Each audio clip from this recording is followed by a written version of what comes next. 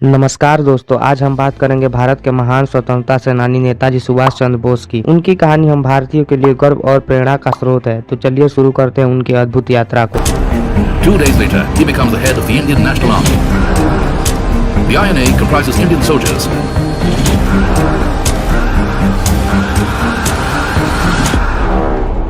चंद्र बोस का जन्म 23 जनवरी 1897 को ओडिशा के कटक में हुआ। उनके पिता जानकीनाथ बोस एक प्रसिद्ध वकील थे और माता प्रभावती देवी एक धार्मिक महिला थी। बचपन से ही सुभाष में देशभक्ति की भावना कूट कूट कर भरी थी। प्रारंभिक शिक्षा के लिए उन्हें कटक के प्रोटेस्टेंट यूरोपियन स्कूल में दाखिला दिलाया गया। बाद में उन्हें रेवेन्सॉ कॉलेजिएट स्कूल में अपनी शिक्षा जारी रखी। उनके बचपन से ही देशभक्ति की भावना प्रबल हो गई थी, जो आगे चलकर उनके जीवन का मार्गदर्शन बनी। सुभाष ने प्रेसिडेंसी कॉलेज कलकत्ता में दाखिला लिया, जहाँ उन्होंने दर्शन शास्त्र की पढ़ाई की। वहां उन्होंने एक अंग्रेज प्रोफेसर ऑटन के खिलाफ विद्रोह किया, जिसने भारतीय छात्रों के खिलाफ अपमानजनक भाषा का प्रयोग किया था। इस घटना के बाद सुभाष को कॉलेज से निष्कासित कर दिया। इसके बाद उन्होंने स्कॉटिश चर्च कॉलेज से स्नातक किया और भारतीय सिविल सेवा की तैयारी के लिए इंग्लैंड चले गए। 1920 में उन्होंने ISC की परीक्षा उत्तीर्ण की, लेकिन स्वतंत्रता संग्राम में शामिल होने के लिए उन्होंने इस्तीफा दे दिया। भारत लौटने के बाद सुभाष चंद्र बोस भारतीय राष्ट्रीय कांग्रेस में शामिल हो गए। महात्मा गांधी और अन्य प्रमुख नेताओं के साथ मिलकर उन्होंने स्वतंत्रता संग्राम को गति दी। 1930 के दशक में बोस और गांधी जी के विचारों में मतभेद उभरने लगे। बोस का मानना था कि स्वतंत्रता संग्राम को और तेज और आक्रामक तरीके से लड़ना चाहिए, जबकि गांधी जी अहिंसा के मार्ग पर अडिग थे। इस मतभेद के कारण बोस ने कांग्रेस से इस्तीफा दे दिया और फॉरवर्ड ब्लॉक का गठन किया। हिंदुस्तानी वर्ल्ड वॉर 2 में अंग्रेजों की तरफ से लड़ेंगे, ये फैसला बापू ने अकेले लिया। हमसे पूछा, हिंदुस्तानियों से पूछा, बापू का विश्वास, उन सिपाहियों से पूछा कभी?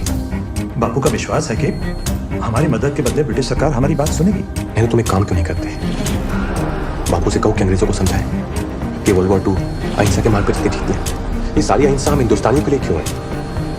मेरे कुछ लड़ाइयां ना सिर्फ अहिंसा से नहीं जीती जाती। बापू कभी नहीं मानेंगे।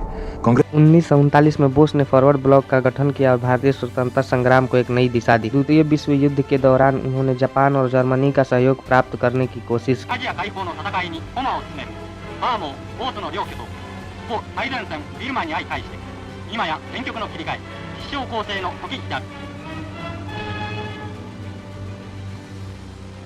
उन्होंने आजाद हिंद फौज यानी INA का गठन किया और भारतीय को ब्रिटिश सेना से लड़ने के लिए प्रेरित किया। बोस ने जर्मनी में भारतीय सैनिकों को संगठित किया और बाद में जापान की मदद से दक्षिण पूर्व एशिया में INA की नींव रखी। उनका प्रसिद्ध नारा था, तुम मुझे खून दो मैं तुम्हें आजादी दूंगा, आज भी लोगों के दिल में गूंजता। सुभाष चंद्र बोस की मृत्यु 18 अगस्त 1945 को ताइवान में एक विमान दुर्घटना में हुई थी। हालांकि उनकी मृत्यु के बारे में कई विवाद और अफवाहें भी रही हैं। कुछ लोग मानते हैं कि वह दुर्घटना में मारे नहीं गए थे और बाद में गुप्त रूप से जीवन व्यतीत करते थे। उनकी मृत्यु का रहस्य आज भी अनसुलझा है और इस पर कई अनुसंधान और जांचें भी हो चुकी है। सुभाष चंद्र बोस का जीवन भारतीय स्वतंत्रता संग्राम के इतिहास में एक महत्वपूर्ण अध्याय है। उनकी वीरता, देशभक्ति और नेतृत्व क्षमता ने लाखों भारतीयों को प्रेरित किया है और स्वतंत्रता प्राप्ति के मार्ग को सतत बनाया। उनका योगदान हमेशा याद रखा जाएगा। उनकी कहानी न केवल भारतीय स्वतंत्रता संग्राम की बल्कि समर्पण और संघर्ष की एक जीवन गाथा है।